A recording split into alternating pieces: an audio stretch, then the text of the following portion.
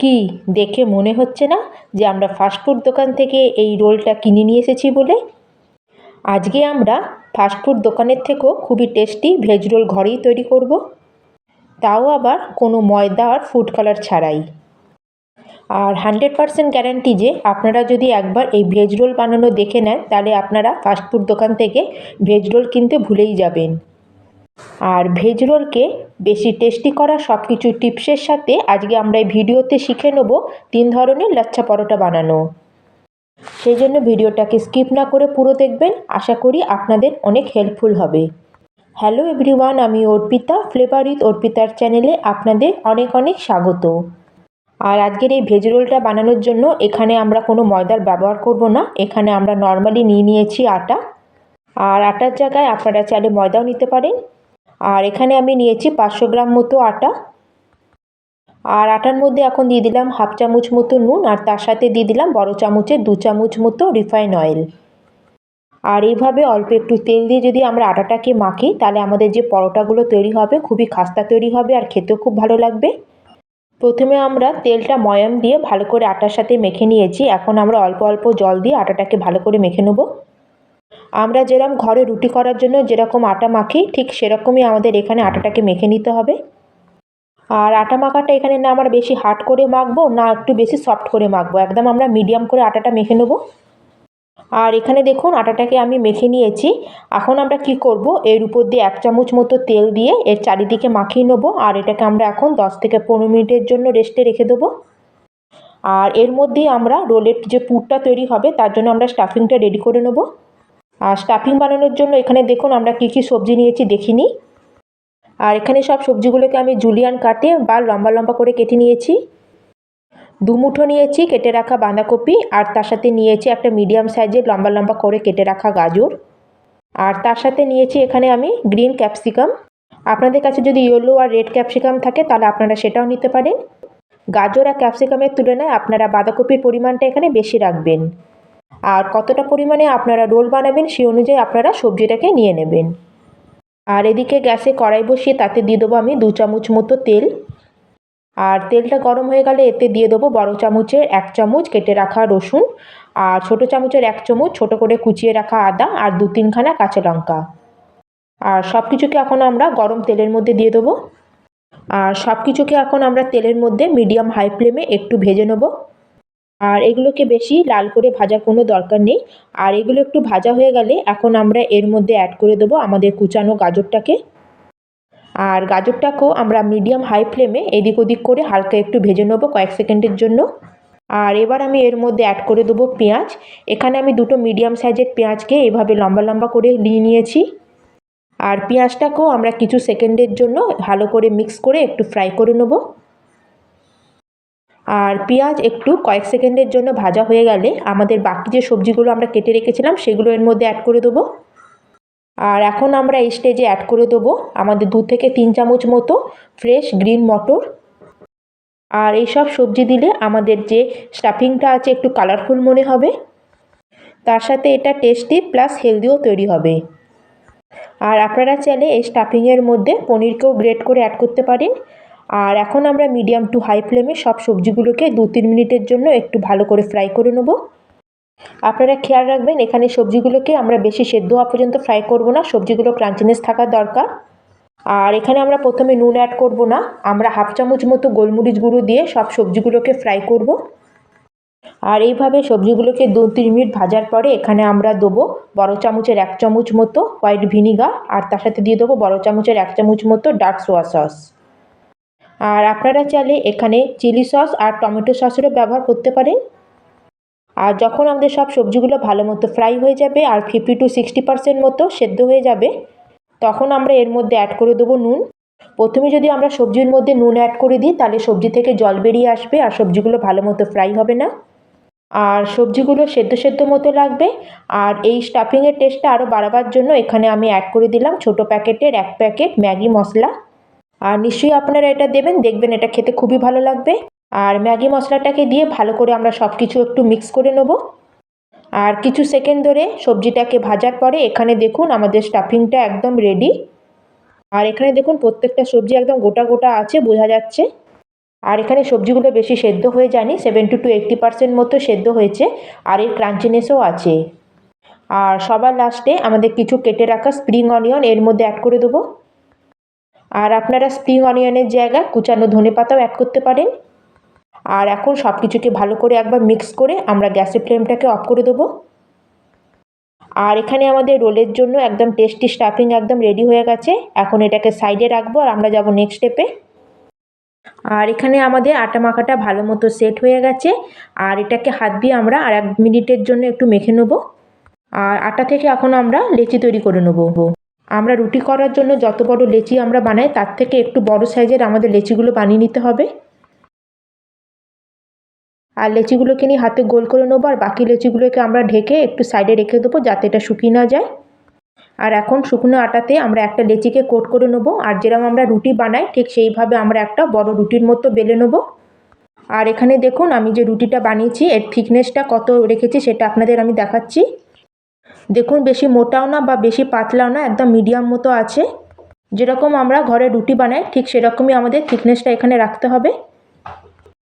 আপনারা চাইলে প্লেন রুটিটাকে বেলে আপনারা পরোটা তৈরি করে নিতে পারবেন, কিন্তু আমরা লাচ্চা পরোটা বানিয়ে আজকে এই রোলগুলো তৈরি করব। সেই জন্য প্রথমে আমরা রুটির উপর ভালো করে তেলটাকে লাগিয়ে নেব, আর তারপরে আমরা শুকনো আটা এর উপর দিয়ে একটু ডাস্ট করে দেবো। আর উপর দিয়ে এভাবে আটাটাকে ছিটিয়ে দেওয়ার পরে এবার হাত দিয়ে আমরা সব জায়গাতে সমান করে মাখিয়ে নেব। আর এইভাবে যদি করিনি তাহলে আমরা যে লাচ্চা পরোটা তৈরি করছি ডিজাইনগুলো ভালো মতো বোঝা যাবে। আর এইভাবে আমরা রুটির এক সাইড থেকে একটা একটা করে আমরা প্লেটটাকে সেট করব। এইভাবে আমরা রুটির এক সাইড থেকে একটা একটা করে প্লেটটাকে ধীরে ধীরে সেট করব।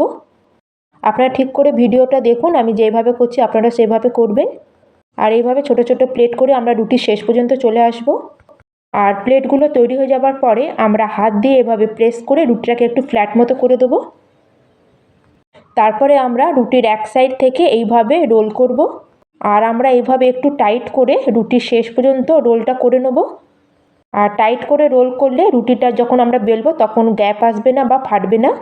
আর লাস্টের পোর্শনটাকে এইভাবে আমরা একটু মুড়ে নেবো আর এটাকে হাত দিয়ে চেপে একটু ফ্ল্যাট মতো করে নেব। আর এখন আমরা এর উপর দিয়ে অল্প একটু আটা ডাস্ট করে আমরা যেরকম নর্মাল রুটি তৈরি করি ঠিক সেরকম করে এটাকে আমরা এখন বেলে নেব। একদম হালকা হাতে এটাকে আমরা বেলবো, একদম চেপে চেপে এটাকে বেলবো না, তাহলে কি হবে লেয়ারগুলো বসে যাবে আর আমাদের লেয়ারগুলো বোঝা যাবে না। আর নর্মাল যেরকম আমরা রুটি বানাই তার থেকে একটু বড় করে এটাকে বেলে নেব। আর বেশি মোটা বা বেশি পাতলা করে আমরা এটা বেলবো না, একদম মিডিয়াম করে বেলে নেব। আর এরকমই থিকনেস রাখবেন। আর এখানে আমাদের প্রথম ডিজাইনের লাচ্চা পরোটা একদম রেডি হয়ে গেল। এখন একটা প্লেটের মধ্যে এটাকে আমরা রেখে দেবো। আর সেকেন্ড ডিজাইন এখন আমরা তৈরি করে নেব। আর সেকেন্ড লাচ্চা পরোটা বানানোর জন্য আমরা রুটিটাকে বেলে নেবো আর তার উপর দিয়ে আগের মতোই ঠিক তেল লাগিয়ে নেবো। রুটির উপর দিয়ে শুকনো আটা একটু হাত দিয়ে মাখিয়ে নেবো। তারপরে আমরা মাঝখান দিয়ে ছুরি দিয়ে এভাবে একটা কাট লাগিয়ে নেবো। তারপর আমরা এইভাবে এটাকে রোল করে করে একদম শেষ মাথা পর্যন্ত নিয়ে আসব। যেরকম আপনারা ভিডিওতে দেখছেন ঠিক সেরকমই করবেন। আর এইভাবে রোল করে নিয়ে আসার পরে এইভাবে একটা কোন শেপ মতো তৈরি হবে। লাস্ট পার্টটাকে এইভাবে আমরা একটু দাবিয়ে উপরের পোর্শনের মধ্যে ঢুকিয়ে দেবো। আর এইভাবে হাতের মাঝখানে রেখে এটাকে একটু প্রেস করে দেবো যাতে এটা ফ্ল্যাট হয়ে যাবে আর এটা আমরা রুটি বেলতে পারবো। আর এইভাবে করে নেওয়ার পরে উপর দিয়ে শুকনো আটা ডাস্ট করে আমরা রুটিটা বেলে নেব। আর এইভাবে লাচ্চা পরোটা বানিয়ে যদি আমরা রোলটা তৈরি করি কিন্তু আমাদের টেস্টের কোনো ফারাক আসবে না, খালি ডিজাইনেরই পার্থক্য হবে কিন্তু খেতে টেস্ট একই রকমই হবে। আর এখানে দেখুন আমার সেকেন্ড রুটিটাও ডিজাইনটাও তৈরি হয়ে গেল। এখন এটাকে আমরা প্লেটে রেখে দেবো। কিন্তু আমরা যে প্রথম রুটিটা বেলেছিলাম তার উপর দিয়ে শুকনো আটা একটু ছিটিয়ে দেবো আর তার উপর দিয়ে আমরা সেকেন্ড রুটিটাকে রাখবো। আর এইভাবে করলে রুটিটা পরস্পরের সাথে লেগে যাবে না। আর এখন আমরা থার্ড ডিজাইনটা তৈরি করে নেব। আবার আমরা রুটি বেলে নিয়েছি, তার উপরে তেল লাগিয়ে শুকনো আটা একটু ডাস্ট করে নিয়েছি। আর এইভাবে আমরা রুটিটাকে রোল করে করে একদম শেষ মাথা পর্যন্ত নিয়ে আসব। আর রুটিটাকে এইভাবে দাবিয়ে একটু আমরা ফ্ল্যাট মতো করে নেব। আর মাঝখান দিয়ে এইভাবে আমরা একটা ছুরি দিয়ে রোলটাকে কেটে নেব। মানে রুটিটাকে মাঝখান দিয়ে এভাবে কেটে আমরা দুটো আলাদা টুকরো করে নেব। আর এবার একটা পোর্শনকে হাতে করে নিয়ে আমরা টাইট করে এটাকে রোল মতো করে নেব। আমরা যে লাচ্ছা পরোটার প্রথমে যে ডিজাইনটা করেছিলাম ঠিক সেরকমই আমাদের এইভাবে ঘুরিয়ে ঘুরিয়ে এটাকে রোল করে নিতে হবে। আর লাস্ট পর্যন্ত রোল করে নিয়ে আসার পরে আমাদের যে সেকেন্ড পার্টটা থাকবে তাকে জয়েন করে আমরা আবার শেষ পর্যন্ত এটাকে রোল করে করে ঘুরিয়ে নিয়ে আসব। আর যে শেষের পোর্শনটা থাকবে সেটাকে রুটির নিচের দিকে একটু চেপে আমরা হাত দিয়ে এভাবে একটু প্রেস করে নেব। আবার আমরা এর উপর দিয়ে সামনে শুকনো আটা ডাস্ট করে এটাকে আমরা বেলে নেব। আর এই তিনটে ডিজাইনের মধ্যে যেই ডিজাইনটা আপনাদের সহজ মনে হবে আপনারা সেটা বানিয়ে নিতে পারবেন, বা আপনারা প্লেন রুটি করেও এটাকে বানিয়ে নিতে পারবেন। আর কোন ডিজাইনটা আপনাদের ভালো লাগলো আমাকে কমেন্ট সেকশানে অবশ্যই জানাবেন। আর এইভাবে আমি এখানে সব রুটিগুলোকে বেলে নিয়েছি। আর এদিকে গ্যাসে একটা প্যান গরম করে নিয়েছি। আর প্যানটা গরম হয়ে গেলে আমাদের একটা রুটিকে এর মধ্যে দিয়ে দেবো। আর গ্যাসের ফ্লেমটাকে মিডিয়াম টু হাইতে রেখে রুটিটাকে আমরা এদিক ওদিক করে দু সাইডটা ভালো করে প্রথমে সেঁকে নেব। আর এটাকে একদম লো ফ্লেম করবেন না, পরোটাগুলো তাহলে একদম হার্ড হয়ে যাবে। মিডিয়াম টু হাইতে রেখে আমাদের পরোটাগুলোকে বানিয়ে নিতে হবে। যখনই রুটিগুলো দুদিকটা ভালো মতো হালকা একটু শাঁকা হয়ে যাবে আর একটু রুটিগুলো যখন একটু ফুলে আসবে তখন আমরা এভাবে একটু ব্রাশ দিয়ে এর উপরে একটু তেল লাগিয়ে নেব।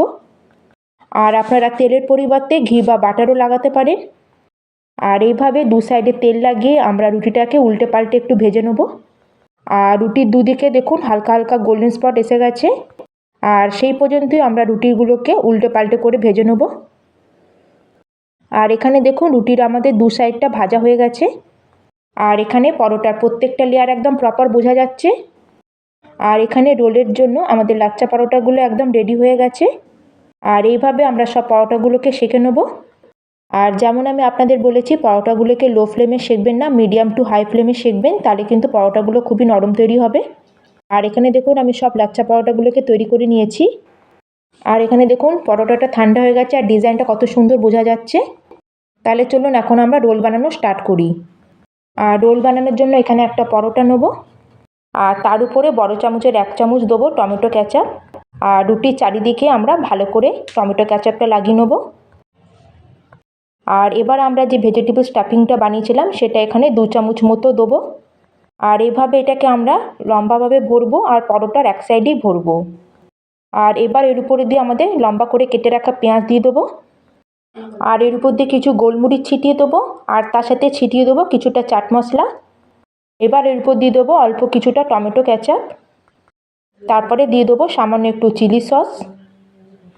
আর তার সাথে এর উপর দিয়ে দিয়ে দেবো আমি 1 চামচ মতো মেয়োনিজ। ছোটো বাচ্চারা থাকলে তাদের খেতে খুব ভালো লাগবে।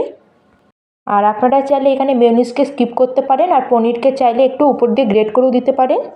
আর এটাকে আমরা এইভাবে একটু ফোল্ড করে দেবো। আর যেরকম ফাস্টফুড দোকানে রোল পাওয়া যায় সেরকম এটা দেখানোর জন্য এইভাবে আমি এখানে একটা টিস্যু পেপার নিয়ে নিয়েছি। আর টিস্যু পেপারের মধ্যে এইভাবে আমরা রোলটাকে র্যাপ করে নেব। তাহলে আমাদের এখানে তৈরি হয়ে গেল ফাস্টফুড দোকানের থেকেও টেস্টি, হেলদি আর 100% হাইজিনিক ভেজ রোল। আর ভিডিওতে দিয়ে থাকা সমস্ত টিপসকে আপনারা ফলো করুন আর খুবই সহজে আপনারা ভেজ রোলকে ঘরেই বানান। আর আপনাদের কেমন লাগলো আপনাদের অনুভূতি আমার সাথে শেয়ার করুন। তাহলে আজকের মতো আমি এখানেই শেষ করলাম। আবার চলে আসবো অন্য একটি নতুন রেসিপি নিয়ে। ধন্যবাদ।